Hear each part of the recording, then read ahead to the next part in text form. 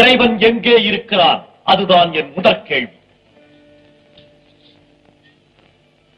மன்னா, இந்த பொற்கிண்ணத்தில் என்ன இருக்கிறது? ஒரு கிண்ணத்திலே பசுவின் பால் இருக்கிறது. அந்த பாலுக்குள்ளே என்னென்ன இருக்கிறது? பாலுக்குள்ளே மோர், தயிர், வெண்ணெய், நெய் அனைத்தும் இருக்கிறது. அது எங்கே இருக்கிறது என்று சுட்டி காட்டுங்கள். அது அது அதற்குள்ளே இருக்கிறது. அப்படி சொன்னால் போதாது.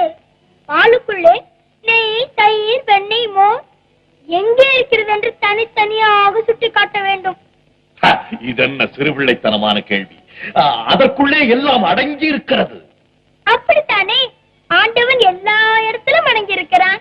எது புரியாமல் தாத்தாவிடம் இறைவன் எங்கே இருக்கிறான் என்று ஒரு கேள்வியை கேட்டீர்களாமே, இதற்கு எப்படி பதில் சொல்வது?